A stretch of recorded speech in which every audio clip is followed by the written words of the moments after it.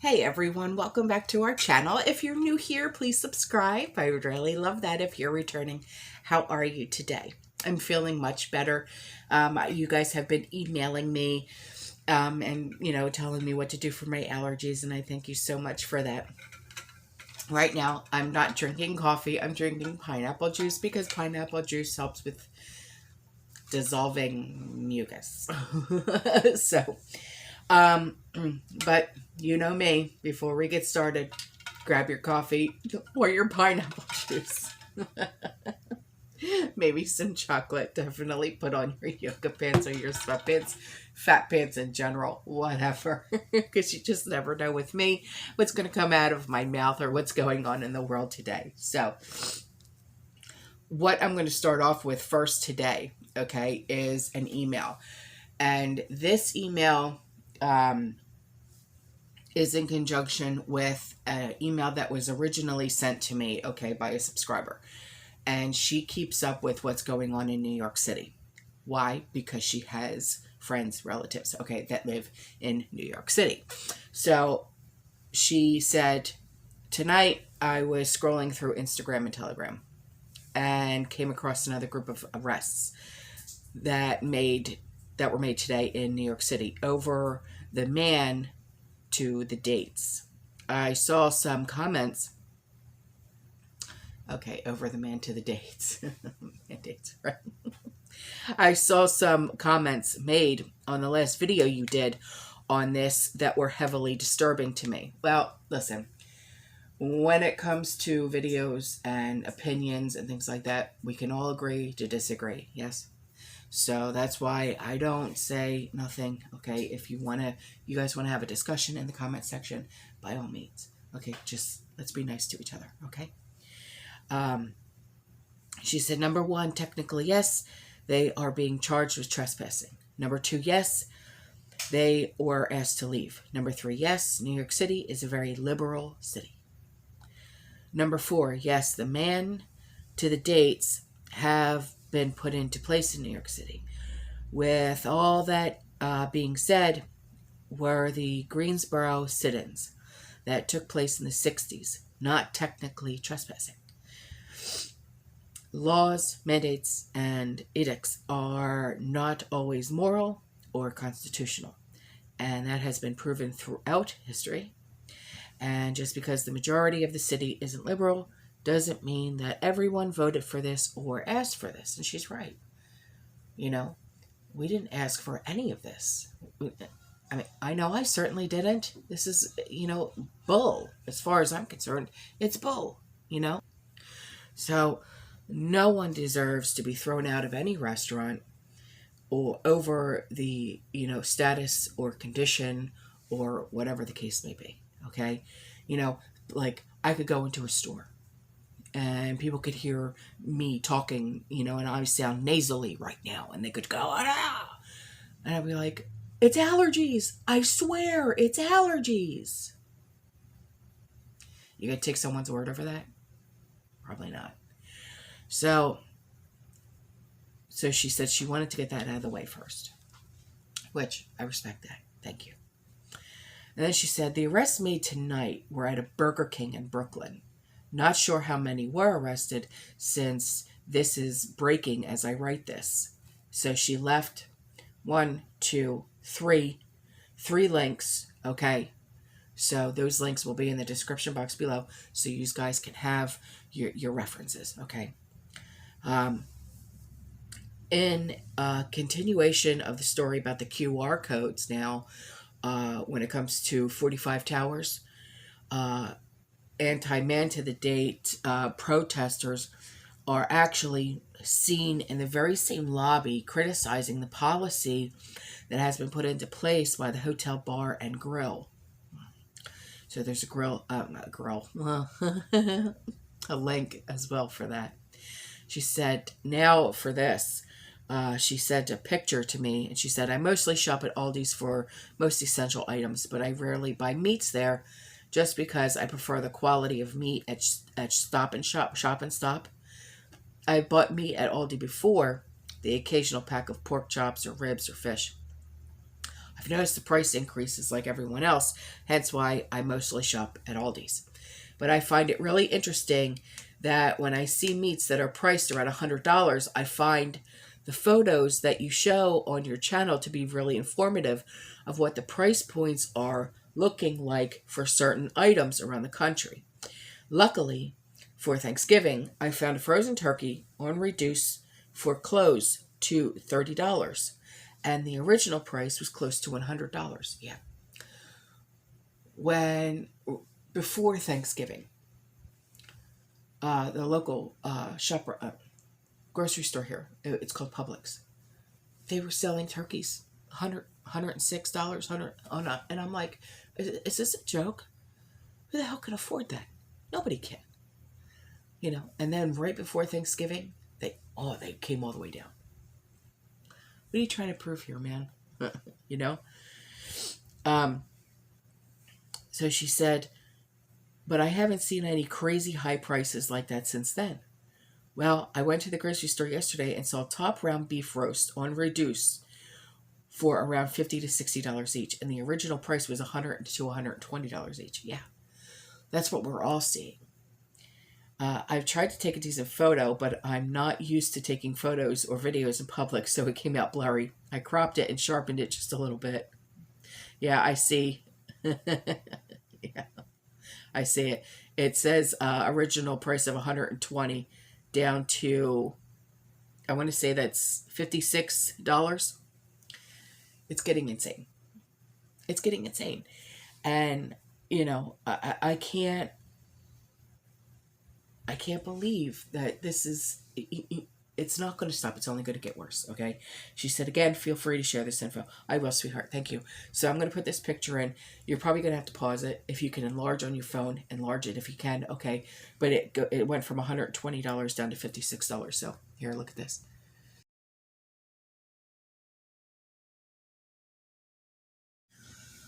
And while we're talking about seeing price increases and things like that, okay? Yesterday I had started talking about inflation, okay? And I wanted to continue talking about that just a little bit, okay? The majority, okay, of Fed officials see as many as 3 rate hikes coming next year. An aggressive shift in economic policy compared to November's decisions to leave rates unchanged. Now, what does this mean for you, for me, for all of us? Okay. While inflation isn't inherently good or bad, when it kept in check, it's a sign of a healthy economy. It keeps us spending rather than tucking our cash under the mattress, like our grandparents used to, our great-grandparents used to. Inflation rates have remained steady in recent decades. But now, some worry current prices will keep climbing to the point where consumers are squeezed, undermining the economic recovery, like we are seeing in meat prices, grocery prices. Now, there are some key things to know about inflation, okay, and how it can impact your budget and your spending power. Now, if you're like new to not knowing what all of this is about, okay, inflation, simply put, is a sustained increase in consumer prices. It means the dollar bill doesn't get you as much as it did before. Okay? Whether you're at the grocery store, buying a car, or buying a house, whatever. All right? It's usually caused by either increased demand, such as panic buying, like toilet paper. Remember that? Crazy. And when customers, or consumers really, were finally ready to leave their homes and spend money, okay? Or supply side factors like increases in production costs. Inflation is a given. over the long term, and it requires some historical context to mean anything. For example, in 1985, the cost of a movie ticket was $3.55. Today, watching a film in the theater will cost you about $13 just for the ticket alone. That doesn't include if you buy popcorn, soda, candy, whatever. Okay. So a $20 bill in 1985 would buy you almost 4 times what it buys you today. Over the past century, there have been a few years when the annual inflation rate in the U.S. has been a negative number. But we also measure inflation in the short term, where we can see sharper rises, such as the one we saw in June. Okay. So, inflation isn't a physical phenomena we can observe. It's an idea that's backed by a consensus of experts who rely on market indexes and research. And one of the most closely watched gauges of inflation is the Consumer Price Index, which is produced by the Federal Bureau of Labor Statistics and based on the diaries of urban shoppers. Now, CPI reports track data on 80,000 products, including food and education, energy, medical care, fuel. Okay.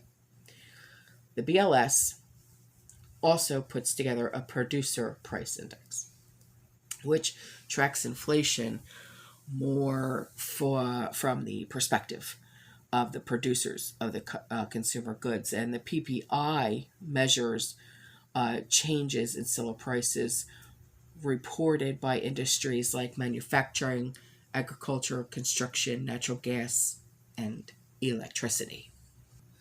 And there's also the personal consumption expenditures price index prepared by the Bureau of Economic Analysis, which tends to be a broader measure because it includes all goods and services consumed, okay? So whether they're bought by consumers, employers, or federal programs on consumers' behalves. The Labor Department announced that the CPI increased by 5% in May, following an increase of 5% in April. And the rise that first caused a stir among market watchers. Some specific market segments are experiencing even more dramatic price surges. The index for used cars and trucks shot up by 10.5% in June. So, if by any chance you happen to do, you were looking to buy a car or whatever, or even if you did the KBB, the Kelley Blue Book, on your used car, you would have noticed that the value of your used car shot up dramatically. Okay? But that rise in the CPI in and of itself, today I can't talk, doesn't mean we're necessarily in a cycle of rising inflation. That's where the Federal Reserve comes in. And the Federal Reserve, they're evil as far as I'm concerned, but the Federal Reserve, which was created in 1913, okay, is the control center for the U.S. banking system and handles the country's monetary policy. It's run by a board of governors and is also made up of Federal Open Market Committee, 12 regional Federal Reserve banks, and 24 branches. Now, while the BLS reports on inflation, the Fed moderates inflation and employment rates by managing the supply of money and setting interest rates. Part of its mission is to keep average inflation at a steady 2% rate. It's a delicate balancing act, and the main lever it can pull is to adjust interest rates. In general, when interest rates are low, the economy and inflation grow. And when the interest rates are high, the economy and inflation slow. Back in April, the Fed noted that recent rises in inflation were transitory. But you know they took that word out now, right? And attributed stronger economic activity and employment to progress with the, and related policies. And Federal Reserve Vice Chairman Richard Clarida, and that's Clarida, said prices are likely to rise somewhat further before moderating later this year, and warned that they might even exceed its 2% rate goal. Well, yeah, it went far, way above the 2% rate goal. Way above that 2%.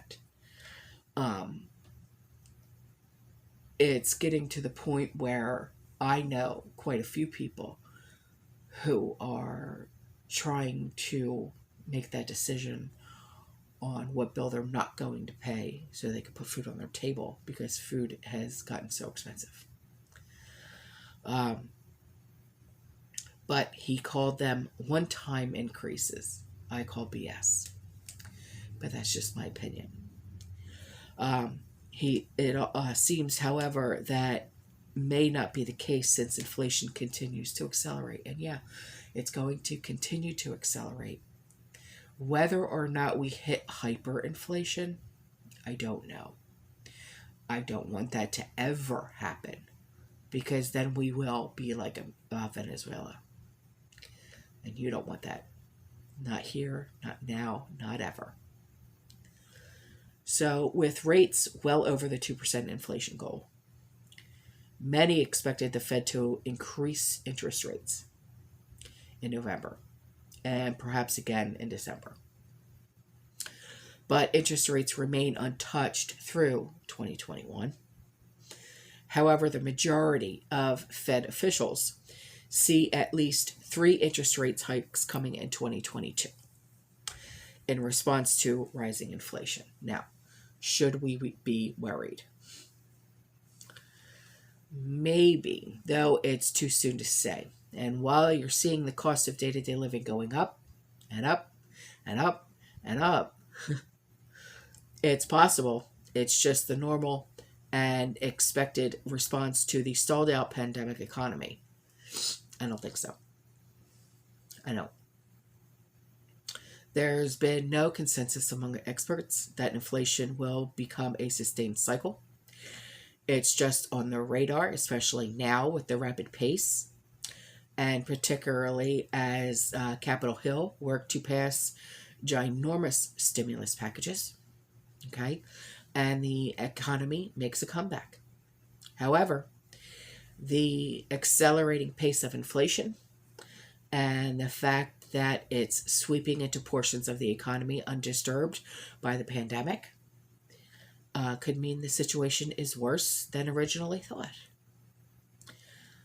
For now, the Fed has decided to double its pace of tapering asset purchases by $30 billion monthly, double the amount announced in November, starting in January 2022.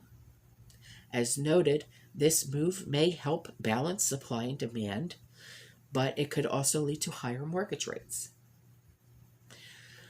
So it's worth noting that the Fed has been generally successful in keeping inflation at or below its target of 2% for almost a decade. But these are unprecedented times, and this is definitely an issue to keep your eye on, okay?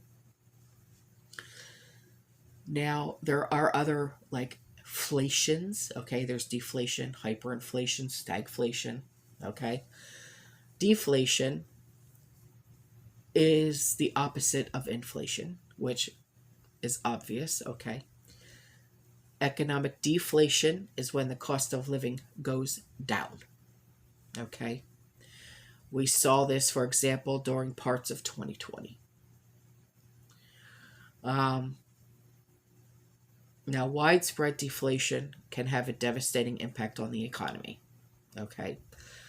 Throughout history, U.S. history, deflation tends to accompany economic crises.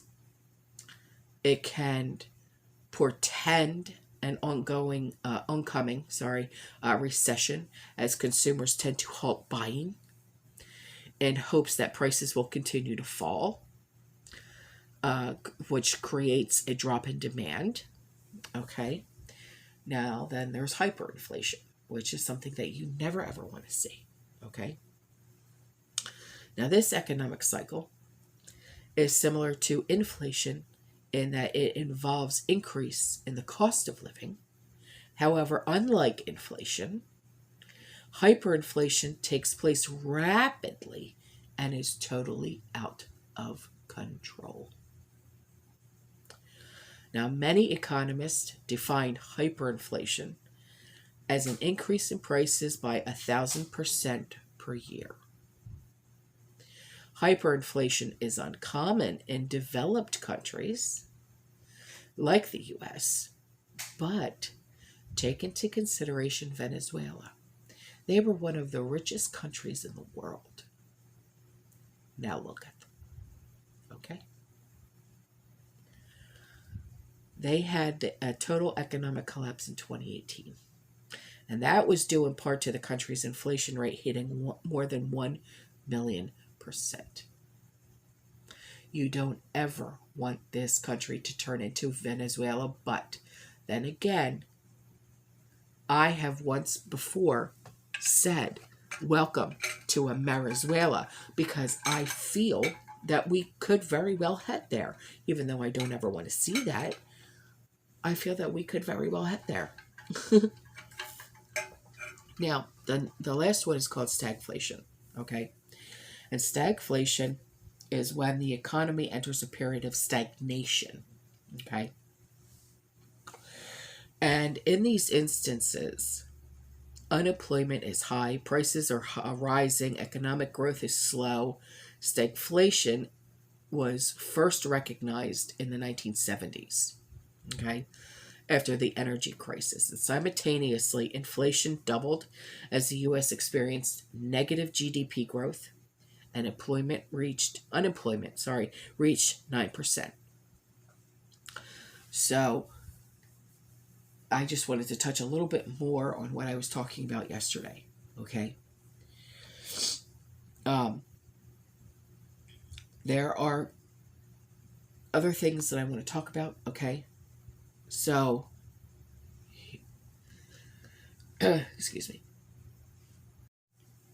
Okay, now this was sent to me, and I didn't read it yet, okay? But this startled me a little bit, okay? Just the title of it startled me, okay? And it's Archbishop Vigiano, he's startling warning to the American people. Now, if you're Catholic, you know who this guy is, okay? So, it starts out like this, and it's pretty long, so I'll read just a little bit of it, and then the link will be in the description box if you want to read the rest of it, okay? Because I do have a lot of things that I want to cover today, all right? It says, "Dear American people, dear friends, for 2 years now, a global coup has been carried out all over the world, planned for some time by an elite group of conspirators enslaved to the interest of international high finance." What TRISH has been saying for over a year now is right here. This coup was made possible by an emergency pandemic that is based on the premise of a virus that has a mortality rate almost analogous to that of any seasonal flu virus, on the legitimization and prohibition of effective treatments, and on the distribution of experimental gene serum, which is obviously ineffective, and which also clearly carries with it the danger of serious and even lethal side effects. We all know how much the mainstream media has contributed to supporting the insane pandemic narrative, the interests that are at stake, and the goals of these groups of power reducing the world population.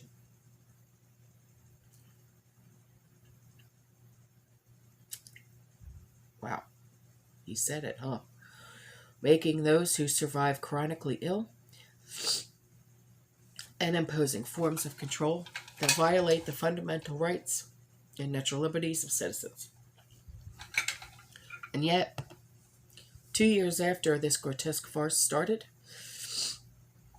which has claimed more victims than a war and destroyed the social fabric, national economies, and the very foundations of the rule of law, nothing has changed in the policies of nations and their response to the so-called pandemic. Last year, when many still had not yet understood the gravity of the looming threat, I was among the first to denounce the coup, and I was promptly singled out as a conspiracy theorist.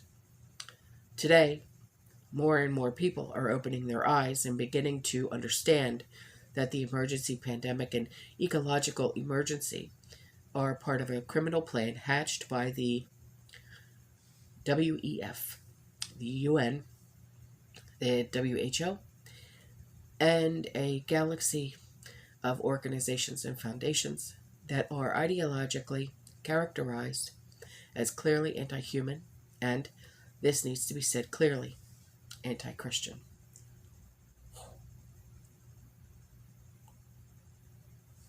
Damn. One of the elements that unequivocally confirms the criminal nature of the Great Reset. And the Great Reset, that's something that Trish and I have been talking about on this channel for a very, very, very long time. We actually did a 10-episode live stream on the Great Reset. We did. Is the perfect synchrony with which all of the different nations are acting, demonstrating the existence of a single script under a single direction.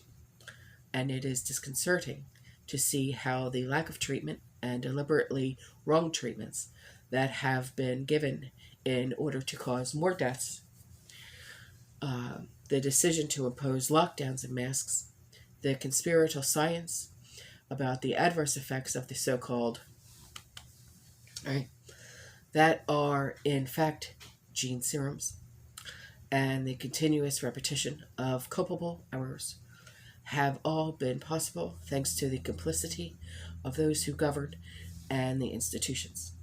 Political and religious leaders, representatives of the people, scientists and doctors, journalists, and those who work in the media have literally betrayed their people, their laws, their constitutions, and the most basic ethical principles. I'm not even going to go on, because the next thing that is talked about is the 2020 election. Not even touching it. So that link is going to be in the description box below. You guys can read the rest. Huh. My. So this was sent to me, okay, by a subscriber. She said, today we went to Sam's Club in Apopka, Florida. Got there before 6 p.m. Figured to get something to eat in the food court for dinner. To surprise the girl at the food court, they said they were closed. The food court was closed? That's strange. As I was getting out, I made a comment about why the food court was closed. She said that they had said they were out of pretzels and pizza. A few weeks out, they were not selling fountain drinks. They were either out of cups or out of fountain drinks. That's strange. That's really strange. Okay. And then, I don't know if you guys heard about this, but McDonald's, they lost a battle with a chef by the name of Jamie Oliver, who proved that the food they sell is not fit to be ingested because it's highly toxic. But then again, they had proved this. Uh, who was it that put McDonald's food in like a glass case or a plastic case or something like that? And it was still looked the same way as the day it was sold. And it was like 10 years old or something like that. Yeah. Yes, McDonald's food is not fit for human or even animal consumption. It serves highly toxic food not fit for human consumption. So, there's links will be in the description box. I'm not even going to touch that. It's terrible. So this was said to me. She said, I'm not on blood pressure meds, but I am on others, and I'm not sure if this will affect those as well. So here, look at this.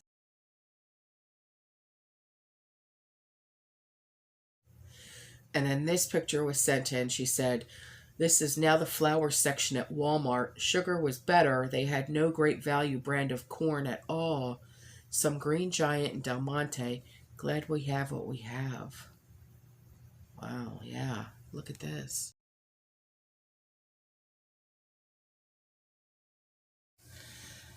And before I go, I want to talk about this because a lot of you have been wanting me to talk about what's going on with Social Security. Okay? Because every year you guys receive a raise in Social Security, but with that raise also comes with the raise in Medicare costs. Okay?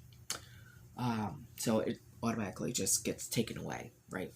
So now this. The schedule for Social Security payments, okay, in 2022 has been announced by the Social Security Administration, with these payments to be 5.9% larger than the 2021, as they take into account the cost of living adjustments, which is the largest cost of living adjustment increase in just under 40 years, but also take into consideration that your Medicaid is also, and your Medicare is also going to rise in price as well, okay? So if your birth date falls between the 1st and the 10th of the month, you can expect to receive your benefits on the 2nd Wednesday of each month. So it's no longer, did you always received it like that on the 1st of the month? Well, it's no longer going to be like that, okay? If your birth date falls between the 11th and the 20th of the month, you can expect to receive your benefits on the 3rd Wednesday of every month. If your birth date falls between the 21st and the 31st of the month, you can expect to receive your benefits on the 4th Wednesday of each month. And in the link that I'm going to leave you, okay, it's going to show you the calendar of 2022, okay, and when you will be expecting your Social Security to hit your bank, okay? All right, guys, that's all for this video. I love you. I will see you in the next one. You stay safe, you stay positive, you keep prepping, and as always, fearless.